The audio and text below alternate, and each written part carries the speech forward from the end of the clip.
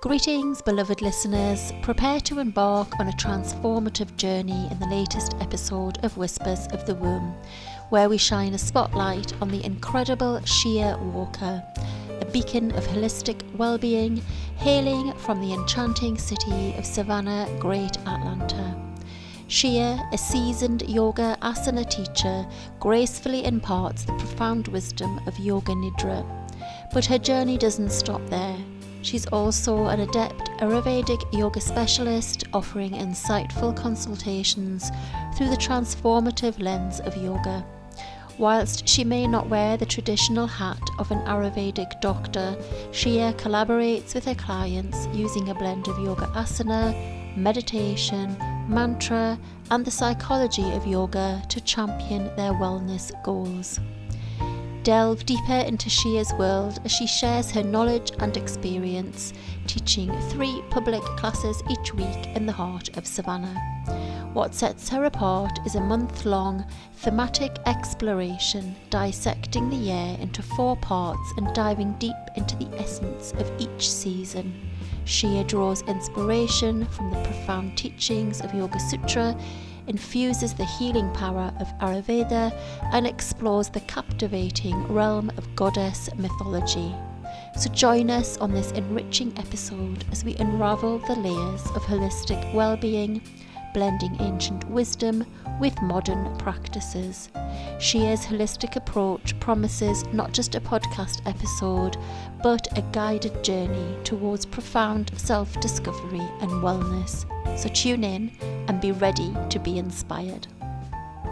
Pleasure to have you part of our Wellness to Womb podcast, and I'd love for you to share with the listeners, what is it that you actually do? Definitely. Thank you first for having me.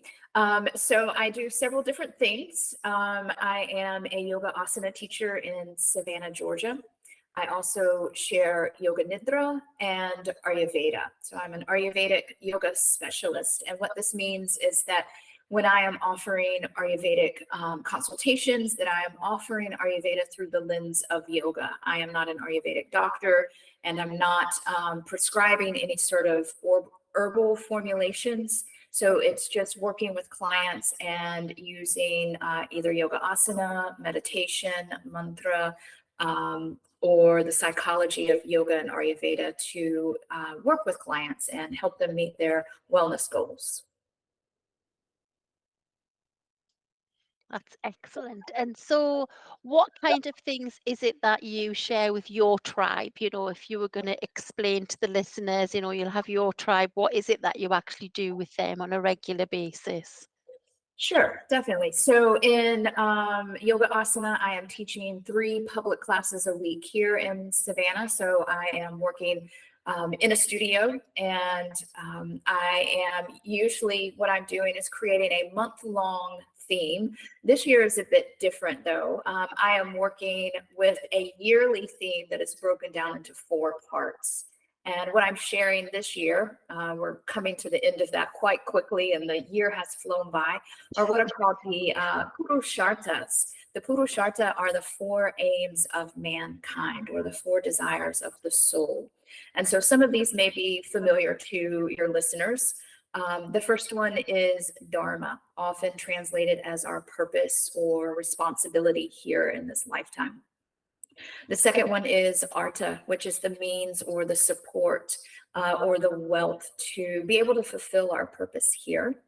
Kama's probably pretty familiar, or at least the word is familiar with many of us, because here in the West, we initially think the Kama Sutra. And yes, that's part of Kama, but there's a lot more that Kama entails. And basically, Kama is translated as desire or pleasure. And then lastly, the 4th Purushartha is moksha, so liberation or freedom. And so what I've done is taken each of the Purushartha, and for 3 months, we explore and dive deep into the concept of each one using Yoga Sutra, using Ayurveda, using goddess mythology. Let's see, what else am I using?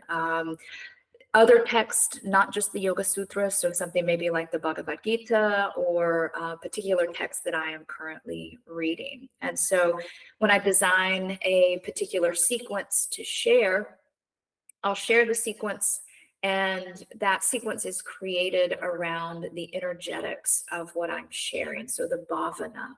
And quite often, even if I'm not speaking to it in kind of the Dharma chat that opens each class, I am also sharing Ayurvedic concepts. So those concepts being that I am considering the time of the year that we're practicing, as well as the time of day that we are practicing, as well as those that are coming to the class and the type of yoga that I'm teaching. And when I say type, what I mean by that is the classes that I teach are what are called mindful vinyasa at this particular studio. And it's a slower, longer hold type of vinyasa. It doesn't necessarily mean beginners.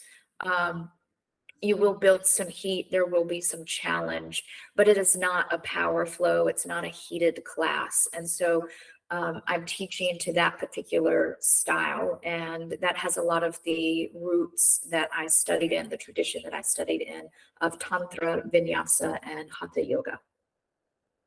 Excellent. So all of that sounds so fascinating, how you're just merging all of that, that different modalities of yoga. I think people forget about all of this, the philosophy in yoga. So thank you for sharing that. That sounds an amazing kind of journey that you're taking these yogis on. Yeah. Thank you. Thank you. Definitely. I love sharing all parts. I certainly came to the practice through just yoga asana, just the movement aspect of it.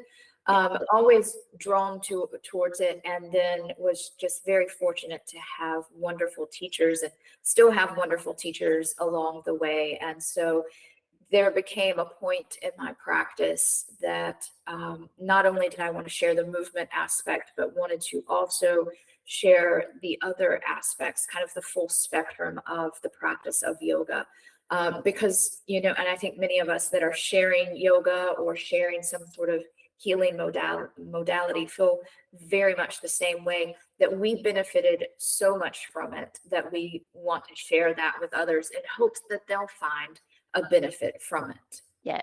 And it's great to have that connection of the why, isn't it? It's not just a fancy shape.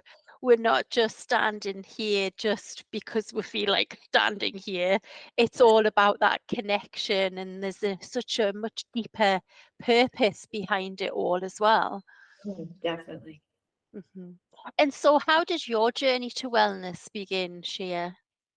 So journey to wellness probably began very early on. I think when I was around 2.5, my parents put me in dance, and I grew up dancing, loved it, did that for until the end of probably 8th grade, so middle school years. And then I transitioned into other sports and other movement practices, cheerleading, basketball, soccer, and then eventually into theater, which is very movement oriented as well when you perform. And so I think it was sometime in like 97, 98 that I was at my local library checking out books. I'm an avid reader, love to read, and ran across a couple yoga VHS tapes. This was before DVDs. Love it, love it.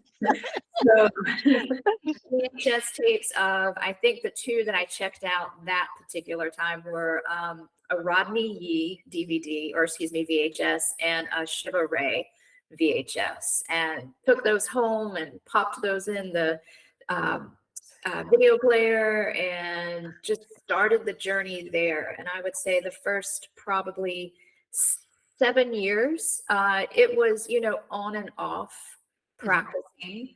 Yoga was not very popular in the small town that I grew up in. So there was maybe one place that you could go and have receive a public class, one person that kind of taught. The owner of this particular space was a yoga teacher, but also an artist. And so it was kind of a flex space where she would share art classes or share yoga. And then off to college, teenage years, doing life, getting busy. But shortly after graduating college, found a studio in a larger city where I moved to, and was able to really anchor into a practice there. And so I've been practicing pretty consistently since like 2005, I think. Yeah. And so that's the yoga journey. Ayurveda came around this same time. I discovered again in a bookstore. This time it was like Those good old books. it's a whole new world when you're from a small town, for sure. I love to cook. I grew up in a family that loves to share food and loves to cook. And so being in a small southern town, I grew up eating a lot of southern dishes, which are lovely in and of themselves, but I wanted to explore and kind of expand my palate. And I was at like a Books A Million or something like that, a large bookstore. And in their sales section, they had a book on Ayurveda. But it wasn't the Ayurveda at that time that kind of drew me to the book. It was all the recipes that it included. Right. Yeah. Yeah. So very unusual ingredients for somebody from the South. You're like, what are mung beans? Where do I find neem leaves? All of this stuff. And so I purchased it, but it sat on my shelf for probably 10 years before I actually used it, because first, I'm in a small town. It's very hard to locate some of these ingredients. Second, I'm a high schooler, college student, and so there's no budget to go and shop for these things if I can even find them, really. But long story short, as I finished my 200-hour yoga teacher training, I finished that in August, and by October, I was enrolled in an Ayurvedic training, because just that little snippet of Ayurveda that we received in our 200-hour, which was like half a day, was enough to be like, okay, this is the direction. This is yeah. But you knew that way back, didn't you? It was just waiting there. Yes. And I know when we first met, and I know I've dabbled a little bit in Ayurveda, and we talked. I was just wondering if you could share with the listeners what a dosha is, for those people who don't know, like how that links in with the Ayurveda principles. Definitely. So first, Ayurveda is translated as, when we break the Sanskrit down into English, translated into the science of life. So it's often referred to as yoga's sister science. And traditionally, yoga and Ayurveda were practiced together. They weren't separate modalities until, the West commodified kind of the yoga asana practice and brought the athleticism into it.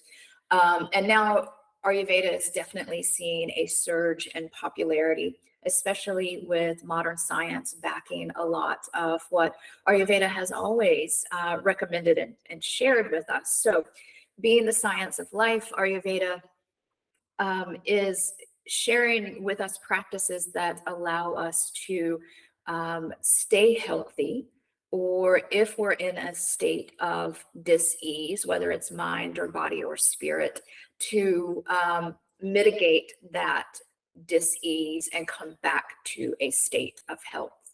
So Ayurveda sees all animate and inanimate objects as a combination of the 5 elements. And those 5 elements in the Ayurvedic tradition are space, which is sometimes referred to as ether. There's air, fire, water, and earth. And so everything is a combination of these 5 elements. But what happens is that certain objects or people will have more of one or two particular elements than the others. And so this creates what is called their constitution or their prakriti. And so when these elements combined in a particular way, they form what are called the doshas. And there are 3 doshas. So dosha translates to that which darkens. It's not a very fun translation. Doesn't sound very happy. And doshas are what are considered dis-ease building qualities of the elements. So it's these qualities that create discomfort in the mind or the body or the spirit. There are positive aspects to these elements as well. They're just not called doshas. It's called something else. But back to the doshas. So air and space, or yes, air and space, or ether and air, combine to create what is called vata dosha. And those qualities or energetics of those two elements together are dry, light, as in lightweight, subtle, mobile, rough, and cold. And then we have pitta dosha, which is fire and water, and predominantly the fire element. And so those qualities are hot and sharp, mobile, oily, and intense.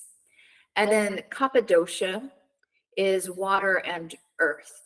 So when those elements combine, the qualities that come from water and earth are cold, heavy, dull, sticky, inert, cloudy.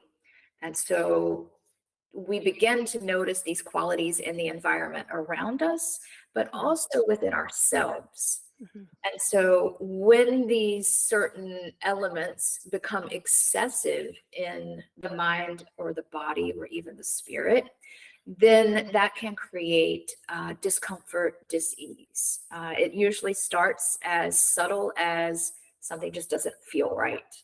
Something feels a little off.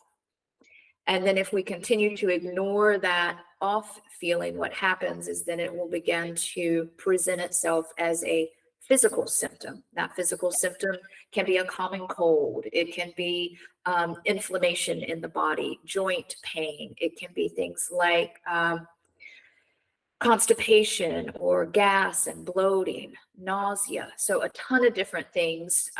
All of these symptoms can give us insight into what element we may be experiencing excess in. Yep. Yeah. Yeah.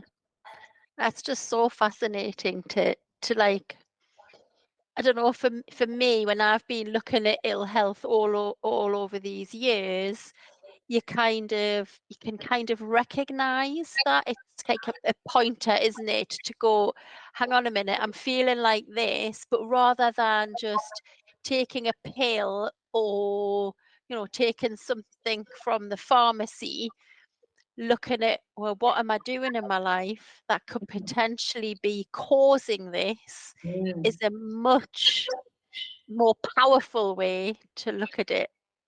Definitely. And Ayurveda considers the root cause of any sort of dis-ease, whether it's acute or chronic, to be on the subtle level, actually the level of that illusion that we're separate from our divine self.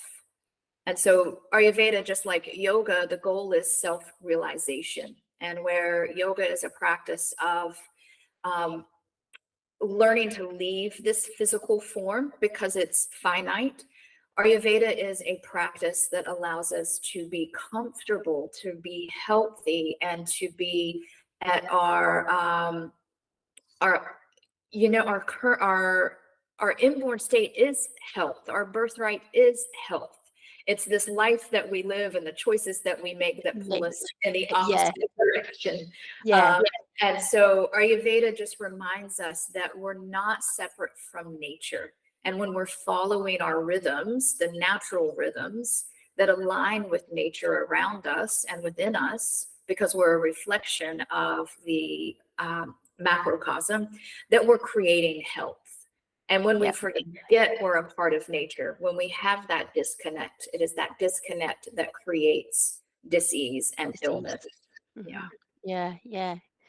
And so when we look at the Ayurvedic principles, I know when we first met, you mentioned about sort of how we should eat to, help our bodies. And I mentioned to you about how I had an allotment, so I grow a lot of my own food. I was just actually over there the other day picking some potatoes. So we talked about the power of seasonal living, and I would love for you to share with the listeners how that kind of interacts with the Ayurvedic principles. Definitely, be happy to. So again, just I mentioned a minute ago about that we're not separate from nature. We are a part of nature. And so Ayurveda breaks down the seasons of your life based on like your age, where you are in your life, as well as seasons of the year into those doshic categories. So there's a Vata season of life as well as a Vata time of year. We're actually in the Vata time of year in the Northern Hemisphere right now. So this time of year is late summer into early winter. And this is the time of year when those qualities of dry, cold, rough, mobile, and subtle are dominating. So if you take a look outside right now, here in Savannah today, it's an incredibly windy day and it's quite chilly. So both of those qualities are the Vata dosha. The leaves are beginning to change on the trees. They're becoming rough and they're falling. And so again, that mobile, dry, rough quality of Vata dosha, very present in the environment, which means it's going to be more present in us as well. We are maybe noticing dry skin, maybe an inability to focus on a particular project or something that we're working on. The mind may feel a bit scattered.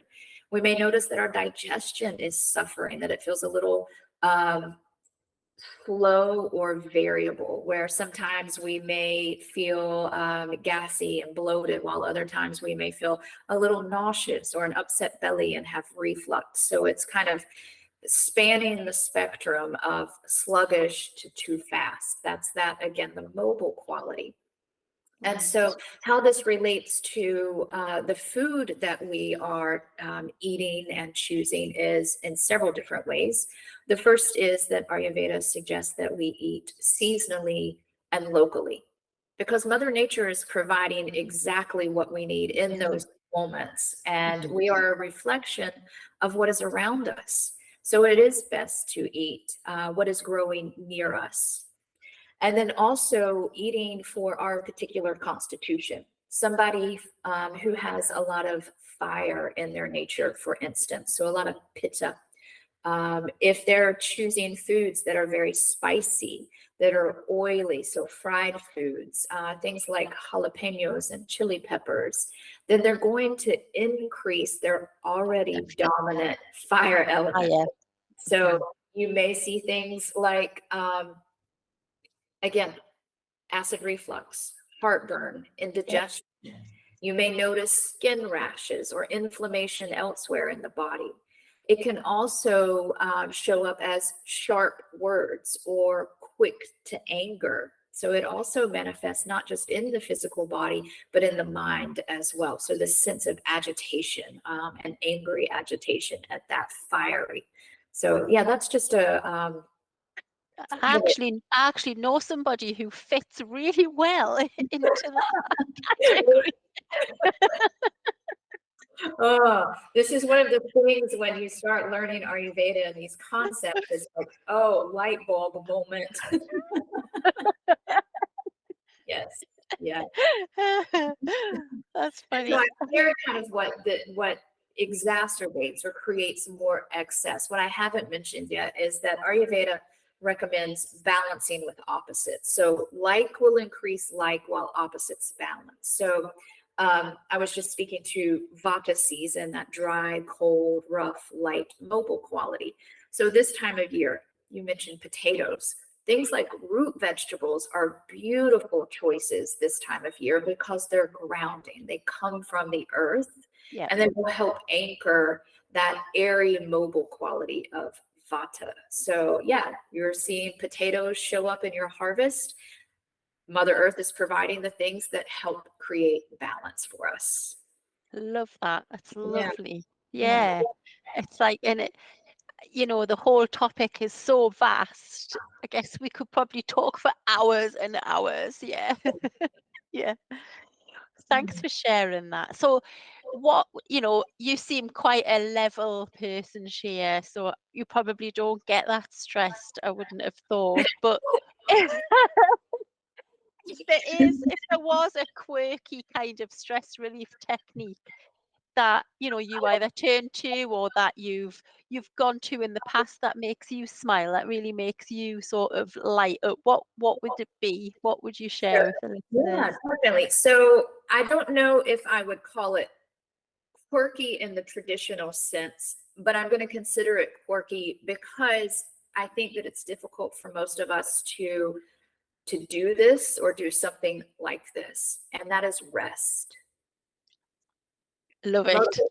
of us don't get enough rest, don't give ourselves permission to rest. We're in a society that demands a lot from us, that always wants us to be turned on and going and producing. And so I have really, over the past 4 years, 5 years now, really leaned into Yoga Nidra. And it may seem counterintuitive. Yeah, good, Me good. too. Good, good. Counterintuitive to, so I practice Yoga Nidra in the morning. That's when it just works best for me. And it's going to be individual for everybody. Some people find that it's better for them to practice midday or in the evening even. But what I do is I get up in the morning. I do my morning routine as far as like oral hygiene. I have warm lemon water. I send my partner off to work. I take the dog out. But then within an hour of waking up, 45 minutes of waking up, I'm back in my rest nest. And people may be like, oh, you're just falling right back asleep.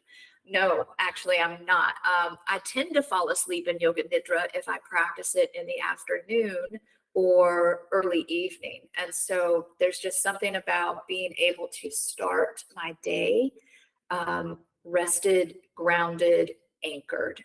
And so again, not necessarily traditionally quirky, but quirky in that a lot of people probably are not making time or really understanding that it's beneficial to make time to rest. They feel like Yeah, they need to fill all of their day with something productive. doing something. Yeah. Yes. And Yeah. funnily enough, I think I wrote a post recently about the difference between rest and sleep. And Yes. we get that kind of wrong in a way. And also, rest isn't about watching TV. It's not about that. And I love what you've just said there about Yoga Nidra in the morning, because I always did it on an evening.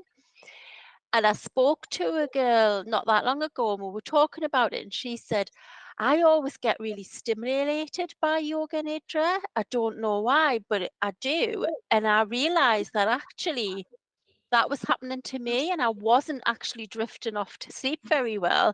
So I started doing my Yoga Nidra in the morning, and the difference in my day is unbelievable. Yeah. It is weird, isn't it? You wouldn't like connect that with, like, yeah. Yeah, So it's beautiful. Yeah, thank you for sharing that. I'll speak a little more to that as well. So if somebody's new to the practice of Yoga Nidra, then an evening practice can be really beneficial and can help with sleep a whole lot. But as you become established in the practice and you have built this prana shakti, then you are enlivening your prana, your life force. And so that's when it can shift into that feeling of stimulation, that you've woken up that movement of prana in the body. And so you just may have to switch when you practice, the time of day that you practice, for it to feel that it's as supportive for you and not disruptive to something like sleep. yeah. And my dogs absolutely love doing it in the morning. They get themselves all settled. That even like the wait for the music to come on and the voice, and they're just off the hop. They're away. Oh, I love it. I love it. My dog, he's a fan as well. He's not in the same room with me. He's not quite that calm, but he'll take a short morning nap. And then he knows after I've done Yoga Nidra that it's either time to go on our walk or do another sort of movement practice. So, and he gets to go outside for that with me if it's not a walk. So yeah, he's very excited about Nidra as well for different reasons.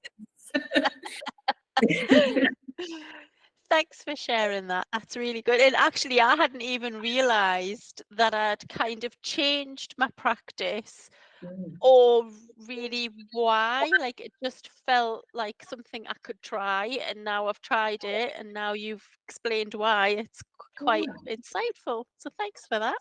Of course. And that ties right in with Ayurveda.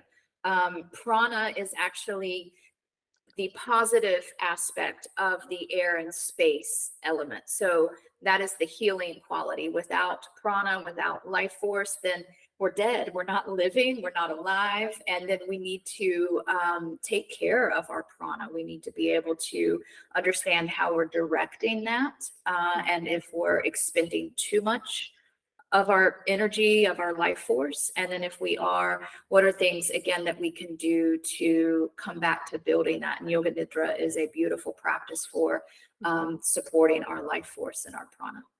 And doesn't it feel so luxurious as well? Like you've had your sleep, and then you're gonna, and then you have this as your practice, and you're not even moving. You're just lying there. Yes. And I have found, if there's a night that I'm not sleepy, that I didn't sleep very well, that it's a great comfort to be able to know that I can go and have a Yoga Nidra practice and I'm going to feel better after it. Yeah, so, you have that. It's like a reboot, isn't it? You had this like reboot to the system. Yeah. As opposed to having to go like straight into the office or ignoring kind of that need to take care of yourself. Or going for that big cup of coffee that's just going to stimulate you even more as far as more air and more space. And so, it's a lovely practice to have. I'm very grateful for it. Thank you. And so is there anything else that you would like to share with the listeners before we close off this episode? I would say that if you are interested in learning more about Ayurveda, the place to start is looking at these qualities of the elements. And you can do a Google search. You can even reach out to me on social media, and I'm happy to share a resource about these qualities so that you can begin to see them in nature around you. And as you begin to kind of notice these qualities outside of you, you'll begin to notice them inside of you as well. So how your mind is feeling, how your body feels, even how the subtle body, the spirit may be feeling. And from there, allowing yourself to create practices that offer a sense of support and nourishment and balance, especially if you're feeling like there's an excess somewhere, if there's, too much mobility in your life. You have a completely booked schedule and you're going from appointment to appointment, and you're having to eat on the run, and you're always on the phone or some sort of screen of some sort. These are all things, for instance, that will disrupt and elevate that vata. And so, establishing practices that will create grounding for you. I do offer Ayurvedic consultations. These can be done in person if you're in Savannah. They can also be done over Zoom. And I offer two different kinds. So there is a 40-day journey where we meet for an initial 75-minute consultation. And I'll share a couple practices with you that you can do on a daily basis. And for the next 40 days after your consultation, the goal is to establish yourself in these practices or just one practice. And they're all very simple. They don't take a lot of time to do. They fit into your day pretty well. And then I'll do a check-in around halfway to see how practices are going. And then we'll check in at the very end of the 40 days to determine, did this person, the client, meet their goals, or are they moving in a direction that is helping them meet their goals, or do they want to continue to work together? So that's an option. I also offer what are called conscious living sessions, and these are 6, 8, and 12-week long meeting sessions. So we meet once a week for about an hour, and then we dive really deep into any health goals that you may have. If somebody's just wanting to learn more about Ayurveda in general, or Yoga Nidra. So quite often I'm working with someone who has come right out of their 200-hour yoga teacher training and want to learn more about Ayurveda or Yoga Nidra or both. And so I'll offer mentoring sessions. And what I like about this option is that we're not only meeting weekly, which helps with accountability, and it's not just lecture. There is some of this learning of philosophy and particular concepts, but it's experiential as well. So the client will be practicing, understanding the qualities of the elements, the qualities of the doshas. We'll do asana, we'll do yoga nidra, and all of these are curated specifically with their health and wellness goals in mind. In mind, yeah. That's wonderful. Yeah, thank you for that. So for all our listeners, I'll be putting all of the links that you can contact Shea on, so you can, reach out to you directly. So, and thank you for offering, some of this wellness advice just through social media and that as well. So we'll be sure to follow you on there. Thank you. Thank you. Thank you for having me. I think if it's okay, I'll just add one more thing to kind of tie the work that you do in with things that I've shared today, is that you're sharing very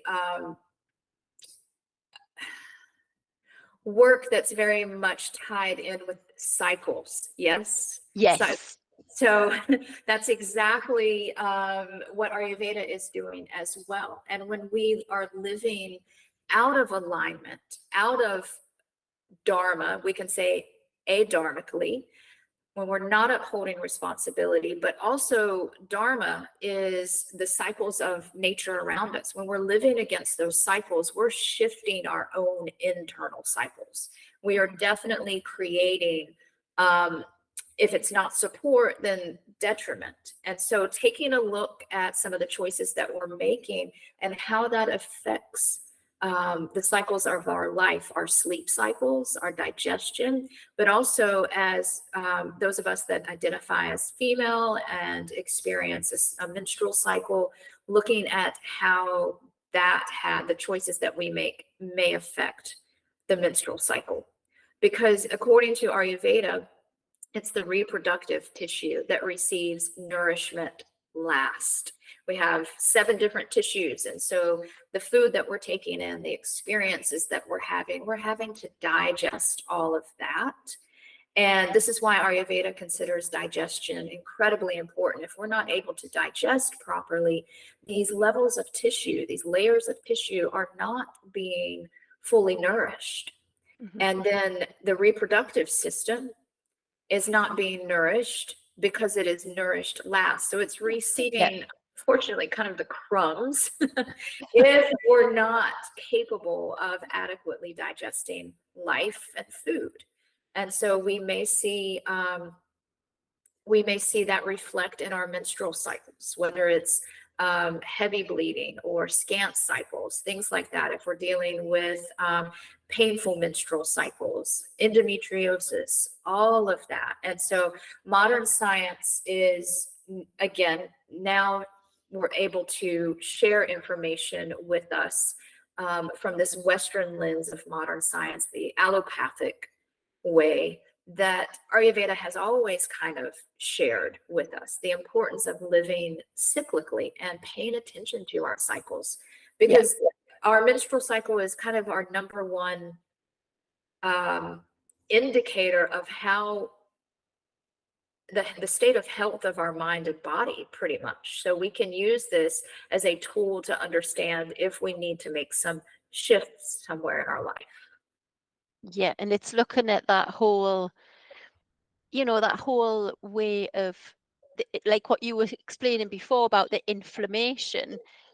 that's what, and let's take endometriosis. That's what endometriosis is. It's inflammation. So if you're going to start putting all these things into your body that are going to fuel the fire, like what you were saying before, it's just going to make it a million times worse. Definitely. Yes. Yes. Mm-hmm. Yeah. Yeah. So, Yeah.